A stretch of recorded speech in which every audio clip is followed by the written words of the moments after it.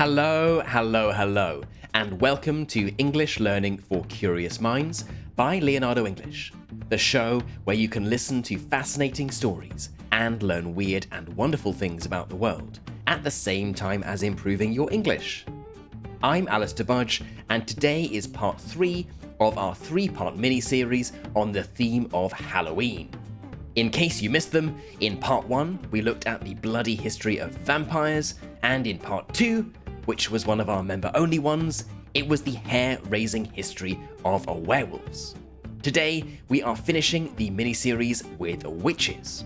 It's a tragic story of superstition, of sexism, and how a misunderstanding of science led to the murder of thousands of innocent women. Okay then, let's get started with the wicked story of witches. Our story starts in the village of Salem in Massachusetts, in America. Between 1692 and 1693, over 200 people out of a population of roughly 500 were accused of witchcraft, the use of magic. 10 years after the last witch would be executed in England, across the pond, in America, witchcraft hysteria was at its peak. The event would become known as the Salem Witch Trials, arguably the most famous witch trials in history. It all began after 2 young girls in the village, Betty Paris and her cousin Abigail Williams, started experiencing horrible episodes of seizures, screaming, and pain throughout their bodies. They even crawled under furniture, threw things around their home, and made strange sounds. Understandably concerned, their family brought a doctor to the girls. He could not find anything physically wrong with them, and his diagnosis was that they must be cursed by witchcraft. And soon others around the village would slowly start to exhibit the same symptoms. It did not take long for rumors of witchcraft to spread around Salem, and villagers would accuse each other of using magic to harm one another. Soon enough, the trials and executions started. The first to be executed was a lady called Bridget Bishop, after it was decided that it was she who had cursed the 2 young girls, and had also attacked various other members of the community. As the trials continued, the 2 young girls began to make other accusations. Fingers were pointed, and suspicions continued to grow. This cycle continued until hundreds had been accused, imprisoned, tortured, and, in some cases, killed. 20 of the accused, 14 of which were women, would face death by hanging. One, an 81-year-old man called Giles Corey, who was accused of witchcraft along with his wife, would escape the hangman's noose. I'm afraid, though, hanging would have been a blessing for Corey. He was to suffer something much worse. Corey was what's called pressed, that is, being slowly crushed to death under a wooden board as weights were added one by one. 5 others were also accused, including 2 infant children who died in prison. The village even had 2 dogs killed on suspicion of witchcraft. Yes, even children and dogs could not escape the hysteria of Salem. So, what do historians think really happened? If these poor women weren't actually witches, which of course they weren't, why did they behave in such a strange way? In the 1970s, a historian called Linda Corporeal had an idea. She proposed that the village had been suffering the effects of a strange fungus, rye ergot, that had grown on the wheat that they used to make bread. This fungus has been described as nature's LSD, and it causes all of the symptoms the villagers were experiencing. Essentially, everyone in the village was on hallucinogenic drugs, causing them to behave erratically. But, of course, in 1692, there was no way these people had any awareness of this, so it was witchcraft that was to blame. So this all begs the question, what exactly were they being accused of? What was a witch? Why was it so bad? And why was being one punishable by death?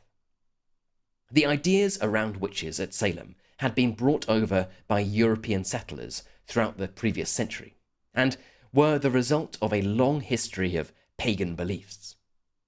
And while the idea of witches does exist in cultures across the globe, today we will be discussing European witches.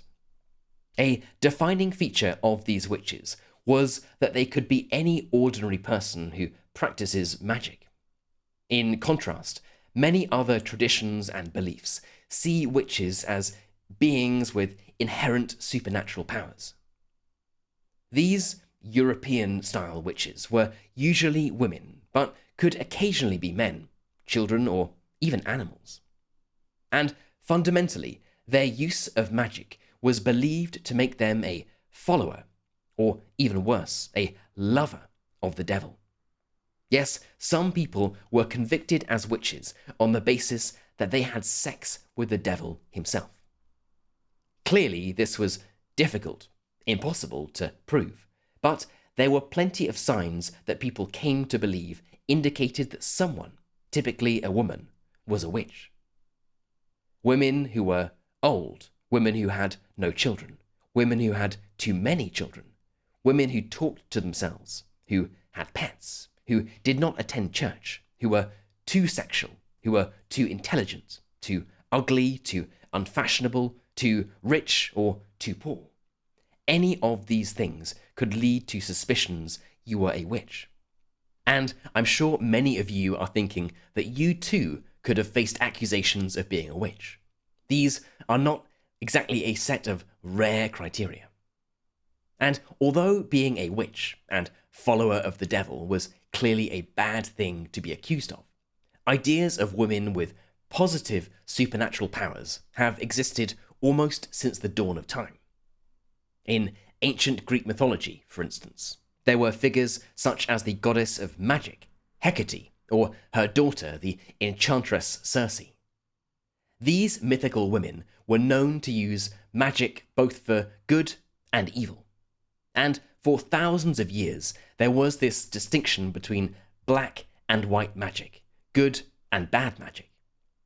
Pagan beliefs involved the use of both black and white magic, with white magic associated with healing and a legitimate and celebrated practice often carried out by women. In contrast, black magic was typically thought to be spells that were intended to do harm, to damage someone. But by the 1200s, such beliefs were being stamped out in Europe by the Catholic Church, which declared that all magic was heretical against Christianity. It might have been declared heretical, but it didn't disappear altogether. Instead, what happened was the categories of black and white magic became increasingly blurred, and before long, white magic was also viewed with suspicion. This was only made worse by misunderstandings about the spread of disease, most notably the plague, the Black Death. As the plague raged on and spread rapidly throughout the 14th century, people looked for someone or something to blame. Perhaps unsurprisingly, in many instances, it was those women who had been involved in magical healing that were believed to be responsible for the outbreaks of disease. And this was only made worse whenever there were poor harvests or diseases that also affected cattle. So, as a result of the church's new views on magic and years of suffering due to plagues, frustrations had reached an all-time high by the 15th century. And as there was minimal evidence required for someone to be proven to be a witch, it was a useful accusation for anyone you wanted to get rid of. Joan of Arc, now a patron saint of France, claimed she was acting under divine guidance, which led her to being tried for witchcraft and burned at the stake in 1431. And this rising anti-witch feeling even led the Pope to announce measures to be taken against witches in the form of something called the Malleus Maleficarum, or the Hammer of Witches, which was written in 1487.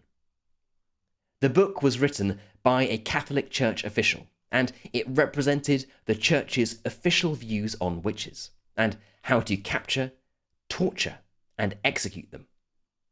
Basically, it was a guidebook for witch hunters, and it led to many witch hunts and the deaths of thousands of people for centuries.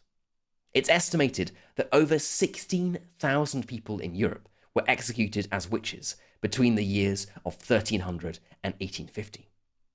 Many thousands more were accused and tortured, and likely died during torture or in prison. And it was the Malleus Maleficarum, this book, that laid out the basis for these accusations. And it was also this text that firmly established the identification of women with witches. The book is an incredible piece of misogyny, sexism towards women, and included many of those ridiculous witch warning signs I mentioned earlier, such as intelligence, fashion sense, and age. Another characteristic the book highlighted was disfigurement, and this was believed to be a sign of the devil's touch, which is where the image of witches with warts on their noses or hands comes from. However, it wasn't only old women with warts that had to be afraid of being accused of witchcraft. Young and old, beautiful or covered in warts, anyone could be accused of being a witch. And looking through this guidebook, it's clear that many of the signs of being a witch were simply signs of a woman not conforming to the expectations of the patriarchal or male-dominated society. For example, a woman who was too intelligent or too rich would not be as easy to control by her husband. But a woman who was too poor was not worthy of a husband, and would either grow old alone and childless, therefore arousing suspicion, or enter into the typical female role of midwifery or weaving, which might also lead to suspicion. So, given the book's extremely general witch criteria, it's not surprising that it led to countless accusations of witchcraft, which led to hundreds of trials and countless executions, far worse than those seen at Salem. These trials, which took place across Europe, were large, continuous events that spanned many years due to the sheer amount of those accused and the long, painful process of imprisonment, torture, and confession. Whole villages could find themselves involved in trials, with hundreds accused, despite very little or no evidence. The very worst of these trials took place in Germany, the country responsible for executing over 40% of all Europeans accused of witchcraft. One of the worst examples in Germany was the Würzburg trials, which took place between 1625 and 1631. These saw 900 people, 400 of which were children, burnt at the stake for being witches. The accusations ranged from the disgusting to the ridiculous, with children accused of intercourse with demons and people condemned for humming a song in honor of the devil. It's not hard to see how these trials could end up involving thousands of people when you could be accused for simply humming a song. And it was not just villagers accusing one another. Even monarchs, kings and queens, pointed the finger. For example, in 1519, King James VI of Scotland, who was soon to become King of England too, blamed witchcraft for his recent misfortune at sea. King James had attempted to sail from just north of the English-Scottish border to Copenhagen in order to marry his future wife, Princess Anne of Denmark. However, on his journey, his fleet was met with a terrible storm which forced him to stop and take refuge in Norway. Did he consider for a moment that this might be the typical weather of the stormy North Sea? No, of course not. He blamed the disaster on witchcraft, and the event started the king's lifelong obsession with magic, witches, and demons. First to be blamed for the storm was a lady called Gellis Duncan, who was burnt alive at the stake, after she confessed following days of torture. Soon after, around 70 others would follow in her footsteps, many of whom she had been forced to name while being tortured. Perhaps unsurprisingly, whenever one of these poor women was being tortured and pressurized to name other fellow witches, they would name dozens of people in an attempt to stop the pain. The torture that people accused of being witches faced was truly horrific. Sometimes the victim was forced to stay awake for days and days until they were delirious and they confessed. Other more violent methods included whipping or crushing their legs, fingers, or toes with clamps. And we know that Gelis, the woman who was accused of causing the storm in the North Sea, had suffered all her fingers being crushed. Another common punishment was the ducking stool, and this is, I'm afraid, yet another example of the deck being stacked, the system being rigged against women. This was designed specifically for women, and the victim would be strapped to a chair, which was then submerged in freezing water for whatever amount of time the judges believed necessary.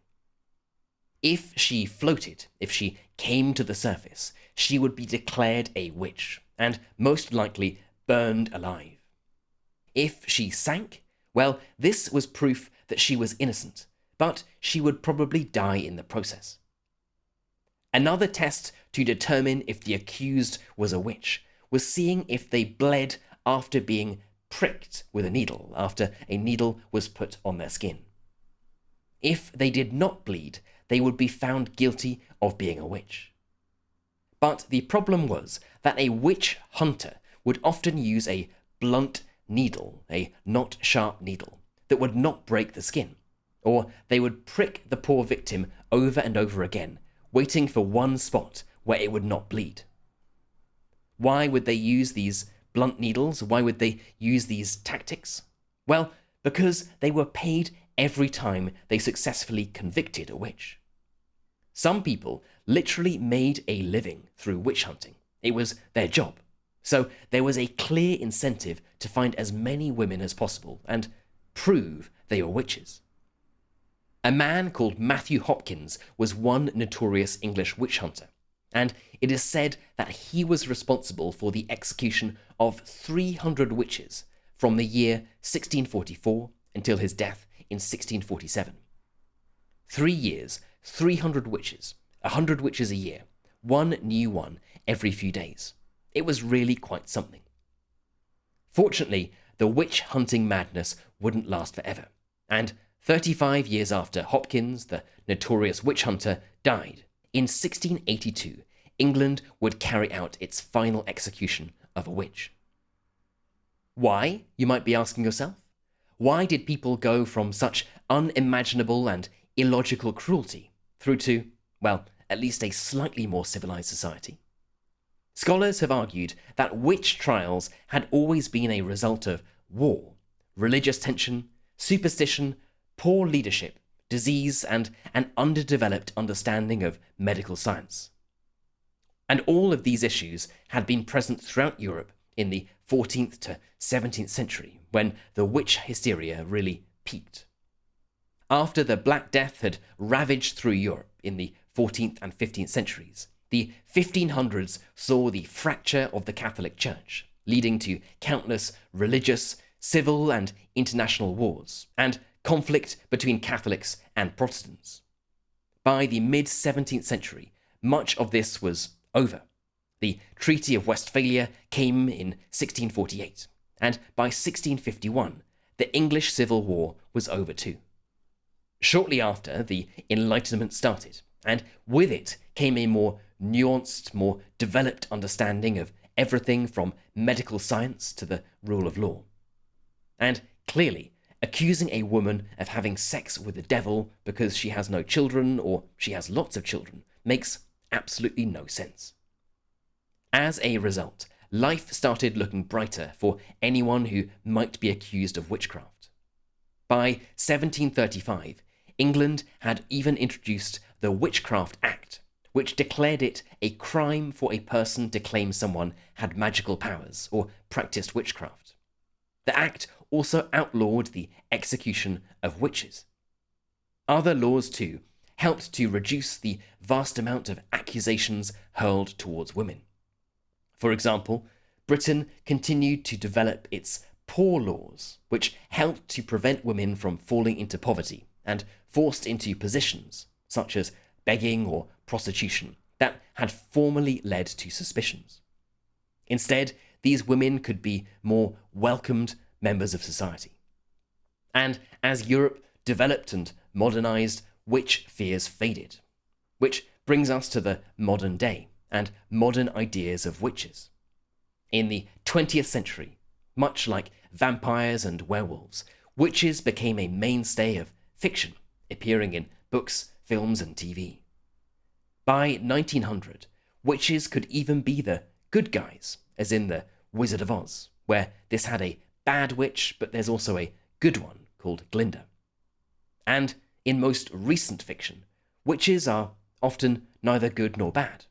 As you'll know, the most popular children's book series in history, Harry Potter, is all about wizards and witches. But outside of the world of fiction, in the real world, we can also, interestingly, see a rebirth of witch culture, or at least interest in witchcraft and paganism.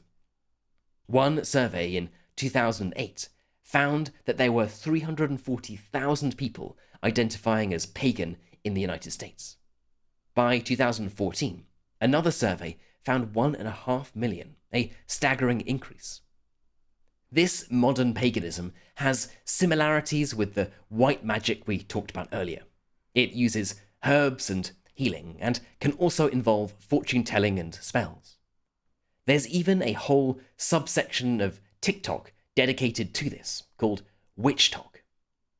Now, it is chilling but fascinating to think about how tens of thousands of women were killed only a few hundred years ago for doing absolutely nothing wrong, for having committed the crime of being too poor or too rich, having no children or having too many, and who would have never even dared to experiment with any kind of magic like this. And now, in the 21st century, there are millions of people who are doing it, free from persecution, even though we have plenty of evidence that there is no scientific basis behind it. So, the next time you see someone wearing a witch costume, or someone talking about spells or white magic, you'll know that the story of witches is, in fact, one of misogyny, of the murder of women of all ages, and it's a story that goes a lot deeper than cheap black hats. Okay then, that is it for today's episode on witches, and with it comes the end of this 3-part miniseries on the theme of Halloween. As you'll have seen with all three, the stories of vampires, werewolves, and witches are partly one of an innate human desire to create mythical creatures, but partly as a way to make sense of the unknown. As always, I would love to know what you thought of this episode and of this miniseries in general. Do you have any interesting stories about witches or witchcraft from your culture? Were you surprised by the elaborate histories behind what have become simple Halloween costumes?